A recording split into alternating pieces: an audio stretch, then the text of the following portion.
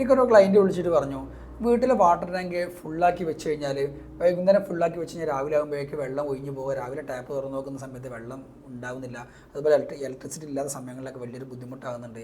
ഇനി രാവിലെ ആണെങ്കിലും രാവിലെ ഫില്ല് ചെയ്ത് വെച്ചാൽ വൈകുന്നേരം ആകുമ്പോഴേക്ക് വെള്ളം തീർന്നു പോകുന്നുണ്ട്. നോർമലി അല്ല, നമ്മൾ ഉപയോഗത്തിനനുസരിച്ചല്ല അതിനേക്കാളും കൂടുതൽ വെള്ളം ഒഴിഞ്ഞു പോകുന്നുണ്ട്. അപ്പോൾ എവിടെ എന്തോ സംഭവിച്ചിട്ടുണ്ടെന്നുള്ള കാര്യം പറഞ്ഞിട്ട് എന്നെ വിളിച്ചിരുന്നു. അപ്പോൾ ഞാൻ അങ്ങനെ ഒരു സൈറ്റിൽ പോയി നോക്കിയ സമയത്താണ് എനിക്ക് ഇങ്ങനെ ഒരു വീഡിയോ ചെയ്യണമെന്ന് തോന്നിയത്. കാരണം ഇതുപോലെ ബുദ്ധിമുട്ടാകുന്ന ഒരുപാട് ആളുകളുണ്ടാകും നമ്മുടെ വീടുകളിലൊക്കെ.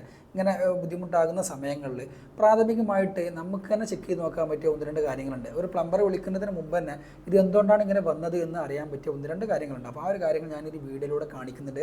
അതുപോലെ തന്നെ ഞാൻ ആ ഒരു സൈറ്റിൽ പോയിട്ട് എങ്ങനെയാണ് ഞാൻ ആ ഒരു പ്രോബ്ലം സോൾവ് ചെയ്ത് എന്നുള്ളതും ഞാൻ എന്ത് ചെയ്യുന്നുണ്ട്, ഈ ഒരു വീഡിയോയിലൂടെ കാണിക്കുന്നുണ്ട്. നിങ്ങൾക്ക് വീഡിയോ കാണാൻ താല്പര്യമുള്ള ആളുകൾ മുഴുവനായിട്ട് ശ്രദ്ധിച്ച് കാണുക. നിങ്ങൾ ആദ്യമായിട്ടാണ് ചാനൽ കാണുന്നതെങ്കിൽ, വീഡിയോ കാണുന്നതെങ്കിൽ ചാനൽ സബ്സ്ക്രൈബ് ചെയ്യാനും ബെല്ലൈക്കൻ എനേബിൾ ചെയ്യാനും മറക്കരുത്. വീഡിയോ ഇഷ്ടപ്പെട്ടാൽ നിങ്ങൾ ലൈക്ക് ചെയ്യാനും മറക്കരുത്. നമുക്ക് നേരെ വീഡിയോയിലേക്ക് കിടക്കാം. ഇങ്ങനൊരു ബുദ്ധിമുട്ടുണ്ടാകുന്ന സമയത്ത് നമ്മൾ ആദ്യമായിട്ട് ചെക്ക് ചെയ്ത് നോക്കേണ്ടത് നമ്മളെ വീട്ടിലെ ക്ലോസറ്റുകളാണ്. നമ്മുടെ ടോയ്ലറ്റിലുള്ള ക്ലോസറ്റുകൾ ഉണ്ടല്ലോ, അതിന് യൂറോപ്യൻ ക്ലോസറ്റുകളിൽ തന്നെ സൈഫോണിക് ആയിട്ടും വാഷ് ഡൗൺ ആയിട്ടും രണ്ട് ടൈപ്പ് ക്ലോസറ്റുകളുണ്ട്. നമുക്ക് യൂറോപ്യൻ ക്ലോസറ്റുകളിലെ സൈഫോണിക്കിൽ നമുക്ക് പെട്ടെന്ന് കണ്ടെത്താൻ പറ്റില്ല. നേരെ മറിച്ച് വാഷ് ഡൗൺ ക്ലോസറ്റുകളാണെങ്കിൽ നമുക്ക് പെട്ടെന്ന് തന്നെ ഇത് ഐഡൻറ്റിഫൈ ചെയ്യാൻ പറ്റും ക്ലോസറ്റുകളുടെ പ്രശ്നമാണ് എന്നുണ്ടെങ്കിൽ. നമ്മൾ നേരെ വീട്ടിലെ ടോയ്ലറ്റിലേക്ക് വന്നിട്ട് എന്ത് ചെയ്യുക, ടോയ്ലറ്റിൻ്റെ ക്ലോസറ്റിൻ്റെ സീറ്റ് കവർ നമ്മൾ ഒന്ന് പൊക്കി നോക്കുക. അങ്ങനെ പൊക്കി നോക്കി കഴിഞ്ഞാൽ നമുക്ക് ക്ലോസറ്റുമായി ബന്ധപ്പെട്ട എന്തെങ്കിലും പ്രശ്നങ്ങളുണ്ട് എന്നുണ്ടെങ്കിൽ എന്ത് ചെയ്യാൻ പറ്റും, ഈ കാണുന്നൊരു ഏരിയ ഉണ്ടല്ലോ, ആ ഒരു ഏരിയയിലൂടെ എന്ത് ചെയ്യും, നമുക്ക് വെള്ളം ഇങ്ങനെ കിനിഞ്ഞിറങ്ങുന്നത് കാണാൻ പറ്റും. ഈ നോർമലി വാഷ് ഡൗൺ ക്ലോസറ്റുകൾക്ക് പെട്ടെന്ന് കാണാൻ പറ്റും. ഈ സൈഫോണിക് ക്ലോസറ്റുകൾക്ക് താഴെ കൂടെ വേറെ ഹോൾസ് ഉള്ളതും ചിലപ്പോൾ ഒരു പക്ഷേ അതിലൂടെ വെള്ളം ഒഴുകി പോകുന്ന സമയത്ത് നമുക്കത് കാണാൻ പറ്റില്ല. അപ്പോൾ അങ്ങനെ ആ ഒരു ഭാഗത്ത് വെള്ളം കിനിഞ്ഞ് പോകുന്നുണ്ടെങ്കിൽ നമുക്ക് പെട്ടെന്ന് തന്നെ കണ്ടെത്താൻ പറ്റും ക്ലോസറ്റുമായി ബന്ധപ്പെട്ട് പ്രോബ്ലം ഉണ്ട് എന്നുള്ളത്. അത് കഴിഞ്ഞ ശേഷം സീറ്റ് കവർ ആ ഭാഗത്തൊരു പ്രശ്നം ഇല്ല എന്നുണ്ടെങ്കിൽ എന്ത് ചെയ്യുക, നമ്മൾ സീറ്റ് കവർ ക്ലോസ് ചെയ്തതിന് ശേഷം നമുക്ക് എന്ത് ചെയ്യുക, ഫ്ലഷ് ടാങ്കിന് ടോപ്പ് അയച്ച് നോക്കുക. അങ്ങനെ അയച്ച് നോക്കിയിട്ട് എന്ത് ചെയ്യുക, ഇതിൻ്റെ ഫ്ലോട്ടിൻ്റെ സിസ്റ്റമൊക്കെ ഓക്കെ അല്ലേ എന്നൊന്ന് ചെക്ക് ചെയ്ത് നോക്കുക. അതുപോലെ തന്നെ അങ്ങനെ അത് ഓക്കെ അല്ല എന്നുണ്ടെങ്കിൽ എന്ത് ചെയ്യാൻ പറ്റും, ആ ഒരു ഹോൾസ് കണ്ട് അതിലൂടെ എന്ത് ചെയ്യാൻ പറ്റും, വെള്ളം ഒഴിഞ്ഞു പോകാം, ഓവർഫ്ലോ ആയിട്ട് എന്ത് ചെയ്യും, ഒഴിഞ്ഞു പോകാം. അങ്ങനെ വരുന്ന സമയങ്ങളിൽ നമുക്ക് ആ ഫ്ലോട്ടിൻ്റെ അഡ്ജസ്റ്റ്മെൻ്റ് ഒന്ന് ഓക്കെ ആക്കി കഴിഞ്ഞാൽ ആ ഒരു പ്രോബ്ലം നിന്നിട്ട് എന്ത് ചെയ്യും, ഈ ഒരു ഫ്ലോട്ടിലൂടെ ഈ ഒരു ഹോൾസിലൂടെ ഓവർഫ്ലോ ആയിട്ട് ഒഴുകി പോകുന്നത് നമുക്ക് എന്ത് ചെയ്യാൻ പറ്റും, നിർത്താൻ പറ്റും. അങ്ങനെ നിർത്തുമ്പോൾ ഈ ഒരു പ്രോബ്ലം നോർമലി അങ്ങനെയാണ് ഒരു വിഷയം ഉണ്ടാവാറുള്ളത്. അങ്ങനെ അത് ലെവലാക്കി കഴിഞ്ഞാൽ നമുക്ക് എന്ത് ചെയ്യാൻ പറ്റും, ആ ഒരു പ്രോബ്ലം ഒഴിവാക്കാൻ പറ്റും. അതുപോലെ തന്നെ ഈ ഒരു ഇതുണ്ടല്ലോ, പുഷ് ബട്ടൺ വരുന്നൊരു ഭാഗം, ഈ ഒരു ഭാഗത്ത് ഇതിൻ്റെ താഴെ ഭാഗത്തായിട്ട് ഒരു വാഷർ ഉണ്ടാകും. അത് ആ ഒരു വാഷറിന് ലീക്കുള്ള സമയത്തും ഇതുപോലൊരു ബുദ്ധിമുട്ടുണ്ടാവാറുണ്ട്. ഒരു കാര്യം കൂടി നമുക്ക് ചെക്ക് ചെയ്ത് നോക്കാൻ പറ്റും. നമ്മൾ വീടിൻ്റെ ബാക്ക് സൈഡിലേക്ക് വന്നു കഴിഞ്ഞാൽ ഇതുപോലെ ഡോർട്ടികൾ നമ്മൾ സെറ്റ് ചെയ്തിട്ടുണ്ടാവും, പ്ലംബർമാർ സെറ്റ് ചെയ്യുന്നതാണ്. അപ്പോൾ നമ്മൾ എന്ത് ചെയ്യുക, ആ ഒരു ഡോർട്ടിയുടെ ക്യാപ്പ് ഉണ്ടല്ലോ, ആ ക്യാപ്പ് ജസ്റ്റ് ഒന്ന് അയച്ചു നോക്കി കഴിഞ്ഞാൽ, ഞാനത് അയച്ചു നോക്കുന്നില്ല, അങ്ങനെ അയച്ചു നോക്കി കഴിഞ്ഞാൽ നമുക്ക് എന്ത് ചെയ്യാൻ പറ്റും, ക്ലോസറ്റിന് എന്തെങ്കിലും പ്രശ്നങ്ങളാണെങ്കിൽ നമുക്ക് അവിടെ ഉള്ളിലൂടെ കാണാൻ പറ്റുന്ന എന്തെങ്കിലും പ്രോബ്ലംസ് ഉണ്ടെങ്കിൽ അതിലൂടെ വെള്ളം ഒഴിഞ്ഞു പോകുന്നുണ്ട് എന്നുണ്ടെങ്കിൽ നമുക്ക് ഈ ടോപ്പ് അയച്ചു നോക്കി കഴിഞ്ഞാൽ ഉള്ളിലൂടെ എന്ത് ചെയ്യും, നോർമലി വെള്ളം ഇങ്ങനെ ഒഴുകി പോകും, ചെറുതായിട്ട് ഒഴുകി പോകുന്നത് കാണാൻ പറ്റും. അങ്ങനെ ഉണ്ടെങ്കിൽ ക്ലോസറ്റിൻ്റെ പ്രോബ്ലം ആണെന്നുള്ളത് നമുക്ക് അത് എന്ത് ചെയ്യാൻ പറ്റും, കണ്ടെത്താൻ പറ്റും. ഡോറിൻ്റെയൊക്കെ നമുക്ക് ഓപ്പൺ ചെയ്ത് നോക്കുന്നതിന് മുമ്പായിട്ട് നമുക്ക് വേറൊരു കാര്യം കൊണ്ട് നോർമലി ചെക്ക് ചെയ്ത് നോക്കാൻ പറ്റും. നമ്മൾ ഫ്ലഷ് ടാങ്കിലേക്ക് പോകുന്ന ഒരു ആംഗിൾ കോക്ക് ഉണ്ടല്ലോ, ഈ ഒരു ആംഗിൾ കോക്ക് നമ്മൾ ജസ്റ്റ് ഒന്ന് ലോക്ക് ചെയ്തില്ല. ഒരു ദിവസമൊക്കെ എന്ത് ചെയ്യാം, നമുക്ക് ഈ ഒരു ഡൗട്ട് തുടങ്ങി കഴിഞ്ഞാൽ പിന്നെ എന്ത് ചെയ്യാൻ പറ്റും, നമുക്ക് ആ ഒരു വാൾവ് ഒന്ന് ക്ലോസ് ചെയ്ത് നോക്കി കഴിഞ്ഞാൽ ക്ലോസറ്റുമായി ബന്ധപ്പെട്ടുള്ള പ്രോബ്ലംസ് ആണ് എന്തുണ്ടെങ്കിൽ നമുക്ക് എന്ത് ചെയ്യാൻ പറ്റും, ഒരു പരിധിവരെ നമുക്ക് കാര്യങ്ങളൊക്കെ മനസ്സിലാക്കാൻ പറ്റും. അപ്പോൾ ഇങ്ങനെ ഒന്ന് ചെയ്ത് നോക്കുക. അതിനുശേഷം നമുക്ക് എന്ത് ചെയ്യാം, ബാക്കിയുള്ള കാര്യങ്ങൾ ഒന്ന് നോക്കിയാൽ മതി. ടോയ്ലറ്റിൻ്റെ ഉള്ളിൽ ചെക്ക് ചെയ്ത് നോക്കുന്ന സമയത്ത് നമുക്ക് ടോയ്ലറ്റുമായി ബന്ധപ്പെട്ടിട്ടല്ല ലീക്ക് എന്നുള്ളത് നമുക്ക് കൺഫേം ആയി കഴിഞ്ഞാൽ പിന്നെ നമ്മൾ രണ്ടാമതായിട്ട് ചെക്ക് ചെയ്ത് നോക്കേണ്ടത് എന്താണെന്ന് വെച്ച് കഴിഞ്ഞാൽ നമ്മുടെ വീടുകളിൽ ഔട്ട് സൈഡിലുള്ള ടാപ്പുകളും അതുപോലെ കിച്ചണിലുള്ള ടാപ്പുകളും എല്ലാ ടാപ്പുകളും നമ്മൾ എന്ത് ചെയ്യുക, നോർമലി ക്ലോസ് ചെയ്ത് വെക്കുക. വെച്ച് കഴിഞ്ഞതിന് ശേഷം മെയിൻ വാൾവ് തുറന്ന് ഓപ്പൺ ആയിട്ട് തന്നെ നിൽക്കുക. എന്നിട്ട് എല്ലാ ടാപ്പുകളും നമ്മൾ ക്ലോസ് ചെയ്ത് വെക്കുക. അതിനുശേഷം നമ്മൾ മെയിൻ വാൾവിൻ്റെ അടുത്ത് പോയിട്ട് എന്ത് ചെയ്യുക, മെയിൻ വാൾവ് ഡിസ്ചാർജ് ചെയ്യുന്ന മെയിൻ വാൾവ് ഉണ്ടല്ലോ, ആ ലൈനിൽ വരുന്ന മെയിൻ വാൾവ് നമ്മൾ ക്ലോസ് ചെയ്ത് വെക്കുക.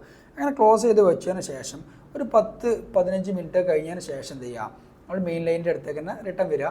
അങ്ങനെ വന്നതിന് ശേഷം ആ മെയിൻ വാൾവ് നമ്മൾ എന്ത് ചെയ്യുക, മെല്ലെ ഓപ്പൺ ചെയ്ത് നോക്കുക. ഈ ഓപ്പൺ ചെയ്ത് നോക്കുന്ന സമയത്ത് വെള്ളം ഒഴുകി പോകുന്നൊരു വൈബ്രേഷൻ നമുക്ക് എന്ത് ചെയ്യാൻ പറ്റും, ചെവി വെച്ച് നോക്കി കഴിഞ്ഞാൽ കേൾക്കാൻ പറ്റും.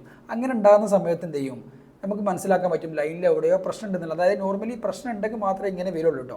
അതായത് ഈ ഒരു വൈബ്രേഷൻ നമുക്ക് കേൾക്കാൻ പറ്റില്ല. അതായത് അങ്ങനെ വാൾവ് ക്ലോസ് ചെയ്ത് വെച്ച സമയങ്ങളിൽ ഈ ഗ്രൗണ്ടിലുള്ള പൈപ്പിൽ എവിടെയോ ലീക്കോ എന്തോ പ്രശ്നം ഉണ്ടായതുകൊണ്ട് വെള്ളം ലീക്കായി പോയ സമയത്ത് അത്രയും വെള്ളം നമുക്ക് എന്ത് ചെയ്യും, നോർമലി ടാങ്കിൽ നിന്ന് വാൾവ് തുറക്കുന്ന സമയത്ത് ലൈനിലേക്ക് തന്നെ ചാർജ് ആകും. ആ ഒരു സൗണ്ട് നമുക്ക് കേൾക്കാൻ പറ്റും. അങ്ങനെ ആ സൗണ്ട് കേട്ട് കഴിഞ്ഞാൽ നമുക്ക് മനസ്സിലാക്കാൻ പറ്റും നമുക്ക് ഗ്രൗണ്ടിൽ എവിടെയോ ഒരു പ്രശ്നം ഉണ്ടെന്നുള്ളത് നമുക്ക് എന്ത് ചെയ്യാൻ പറ്റും, കൺഫേം ചെയ്യാൻ പറ്റും. അങ്ങനെ കേട്ട് കഴിഞ്ഞാൽ പിന്നെ എന്ത് ചെയ്യണം, പിന്നെ നമ്മൾ ലൈനിലെ ഗ്രൗണ്ടിലുള്ള ലൈനാണ് നമ്മൾ ചെക്ക് ചെയ്ത് നോക്കേണ്ടത്. അത് എങ്ങനെ ചെക്ക് ചെയ്യുക എന്നുള്ളത് ഈ വീഡിയോയിലൂടെ കാണിച്ചു തരാം.